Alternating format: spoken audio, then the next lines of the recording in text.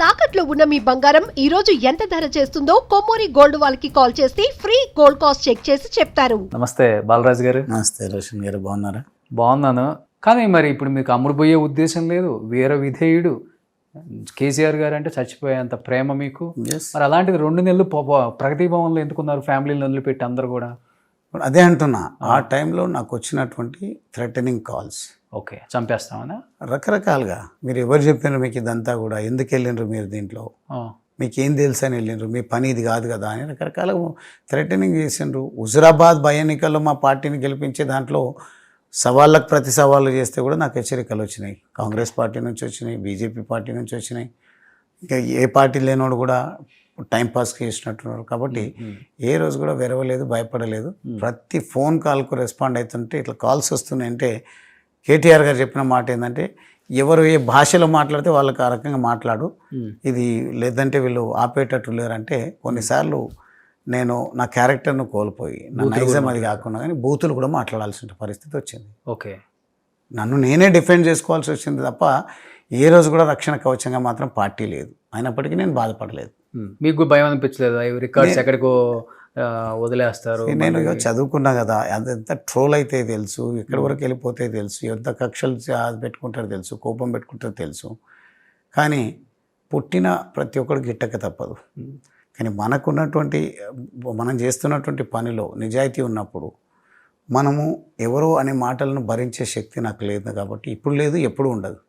కాబట్టి వాళ్ళకి తగిన బుద్ధిలో ఆ రీతిలో నేను సమాధానం చెప్పడం, మాట్లాడడం వల్ల కొంతమంది మీ అటువంటి మిత్రులు, మీకు ఇంత చదువుకున్నటువంటి వ్యక్తి వాడెవడో మాట్లాడిండు, మీరు మాట్లాడొద్దు కదా అంటే నిజంగా నేను చాలా గిల్ట్గా ఫీల్ కావడం జరిగింది. కొన్ని సందర్భాల్లో చెప్పడం జరిగింది. ఇప్పుడు కూడా నేను చెప్తా ఉన్నా, నేను కొన్ని సందర్భంలో నేను వాడిన భాష నిజంగా నాకు అవమానంగానే ఉంది.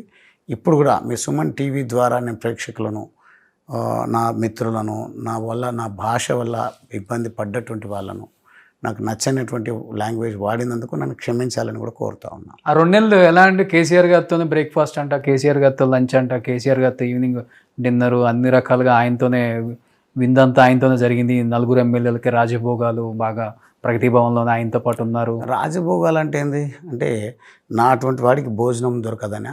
అట్లానే కాదు, 2 నెలలు అక్కడే ఉన్నారు కదా మీరు. అక్కడ ఉన్నాం కలిసి, అందరి కేసీఆర్ గారితో కలిసి భోజనం చేసినాం, మేము ప్రత్యేకంగా ఉండి భోజనం చేసినాం, రకరకాలుగా జరిగింది. అది ఓ భోగం కింద భావిస్తే ఇట్లా ఆకలిని కూడా ఎవరికి దొరుకుతుంది అట్లా? కేసీఆర్ గారికి ఎమ్మెల్యేలు ఎందుకు దొరకదు? ఎమ్మెల్యేలే ఎందుకు దొరకదు? ఎంతమంది వెళ్ళారండి ఎమ్మెల్యేలు ప్రగతి భవన్ లోపలికి, చెప్పండి. అందుకే కదా కోపము, అందుకే కదా కోపము. నేను నన్ను వెళ్ళనించినటువంటి పరిస్థితి ఉంటే మాత్రం అక్కడ సిఎస్ఓలు ఉన్నా కానీ, అక్కడ ఐపీఎస్ ఆఫీసర్లు ఉన్నా కానీ, నువ్వెవడరా నన్ను ఆపడానికి, నేను ఎలక్టెడ్ రిప్రజెంటేటివ్ అని తన్నుకొని వెళ్ళేటువంటి పరిస్థితి నాది. అందుకే ఆ యాటిట్యూడ్ను వక్రీకరించాం. ఎందుకంటే మేము ఎన్నికైన ప్రజాప్రతినిధులం బాస్. మమ్మల్ని మా ముఖ్యమంత్రి దగ్గరికి వెళ్ళేటప్పుడు ఆపేదానికి ఎవరిచ్చిన వాళ్ళకి అధికారం? మేమేమన్నా ఆటంకవాదులమా, లేకుంటే సంఘ విద్రోహ శక్తులమా? మేమేమన్నా ముఖ్యమంత్రి గారిని ఏమైనా చేయడానికి వెళ్తామా? మేము ప్రజా అవసరాలను, ప్రజల వినతులను తీసుకొని ముఖ్యమంత్రి గారి దగ్గరికి వెళ్తూ ఉంటాం ఎప్పుడు ఆ రకంగా. అందుకే కొన్నిసార్లు ఎక్కువ అగ్రెసివ్ అనే ముద్ర వేసి నన్ను రాజకీయాల నుంచి తప్పించేటువంటి ప్రయత్నం చాలామంది చేశారు. నా ప్రాణమైనా పోతుంది కానీ రాజకీయాలు మాత్రం వదలను. నేను ఎంచుకున్న రాజకీయం ఏంది అని అంటే, ప్రజలకు సేవ చేయాలి అంటే ఒక పారిశ్రామికవేత్తగా చేయలేనటువంటి గొప్పగా సేవలు ప్రజాప్రతినిధిగా చేయొచ్చు, పాలసీ మేకర్గా చేయొచ్చు అనే ఆలోచనతోన కొట్లాడి, ఎదిరించి, నిలబడి ఈరోజు ఎవరిని అభాండాలు నా పైన వేసినా వెరవకుండా రాజకీయాల్లో ఇంకా ఉన్నత స్థితికి, ఉన్నతమైనటువంటి పార్టీలకు వెళ్ళాలని నిర్ణయం తీసుకొని నేను భారతీయ జనతా పార్టీలో నరేంద్ర మోడీ గారి నాయకత్వాన్ని బలపరుస్తూ ప్రజల సమస్యలు పరిష్కరించడంతో పాటుగా సమాజంలో ఉన్నటువంటి ప్రతి పేదవాడికి, చిట్ట చివరన ఉన్నటువంటి పేదవాడికి కూడా సంక్షేమ ఫలాలు అందాలి, ప్రభుత్వం నుంచి రావాల్సినటువంటి, హక్కుగా రావాల్సినటువంటి నిధులను కానీ, అవకాశాలను కానీ వారధిగా ఉండి అందించాలనే సంకల్పంతో నేను పోతున్నా. ఈరోజు కూడా భారతీయ జనతా పార్టీలోకి, ఇక్కడ భారతీయ జనతా పార్టీ అధికారంలోకి లేదు, పార్టీ అధికారంలో లేదు, లేకుంటే భారతీయ జనతా పార్టీ నేను చేరిన వెంబడే నాకేం కిరీటం పెట్టదు, ఆ కిరీటాల కోసం నేను వెళ్ళడం లేదు.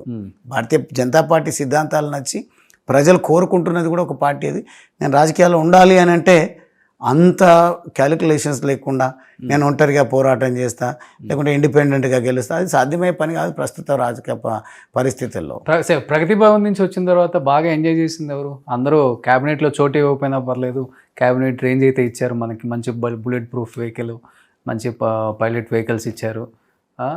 మినిస్టర్ కన్నా ఎక్కువే బందోబస్తు ఇచ్చారు చెప్పాలంటే మీ నలుగురికి, హర్షవర్ధన్ కావచ్చు, మీకు కావచ్చు, కాంతారావుకి, రోహిత్ రెడ్డికి. అంటే వాళ్ళు అక్కడ ఇక్కడ ప్రస్తావించిన సందర్భాలు కూడా అది కూడా తెలుసు అందరికీ. అది కూడా ఒక రకంగా మా ఓటమికి కారణం. నేను సింపుల్గా వెళ్ళేటువంటి సింప్లిసిటీ కలిగినటువంటి నాయకుడిని. నేను ఏ కార్లో వెళ్తారు మీరు మామూలుగా అయితే?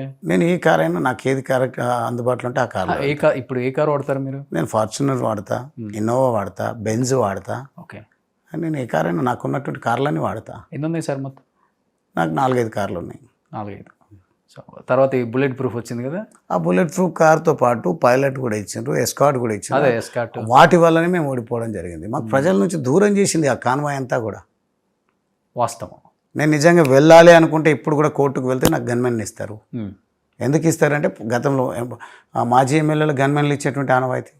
ఈ ముఖ్యమంత్రికి ఏదో మా పైన కోపమో ద్వేషమో తెలియదు కానీ మమ్మల్ని ఒంటరిగా తిప్పేటువంటి ప్రయత్నం చేస్తారు. కానీ స్వేచ్ఛగా ప్రజల్లోకి అయితే వెళ్ళగలుగుతా ఉన్నాం. వాళ్ళ మించిన గన్మెన్స్ ఎవరున్నారండి? అదే కదా, వాళ్ళు ఇష్టపడితే ప్రజానాయకులకు ప్రజాదరణ, ప్రజలు క్యాడర్ వెంట ఉంటేనే నిజమైనటువంటి శక్తి, నిజమైనటువంటి ఇప్పుడు మీకు గన్మెన్ లేరా?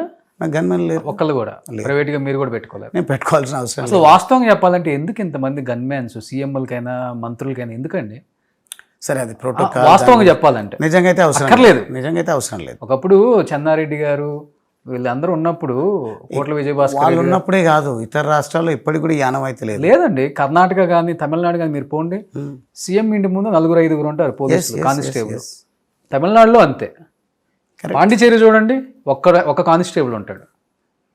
అసలుకి ఇక్కడ సీఎం అని చూడాలంటే మినిమం ఒక 20 మందిని దాటుకొని పోవాలి. ఇంకెక్కువ ఆ పరిస్థితులు వచ్చేసినాయి. అది ఎక్కువనే ఉంటుంది. దానికి కారణం కేసీఆర్ గారు కాదు, సిస్టమ్ ఉంది అక్కడ ముందు నుంచి. ఇక్కడ ఎందుకు ఆ సిస్టమ్ ఎస్టాబ్లిష్ అయింది, ఆ పద్ధతిని పాటిస్తున్నాను. దాన్ని నేను తప్పుపట్టాను, దాని గురించి నేను మాట్లాడాను. ప్రజలైతే తప్పు పడుతున్నారు. పడతాలి కదా.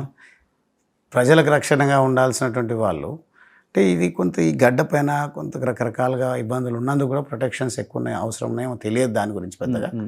కానీ నేనైతే పెద్దగా సెక్యూరిటీని పెంచాలని నేను ఎప్పుడు వినతి పత్రం ఇచ్చింది లేదు.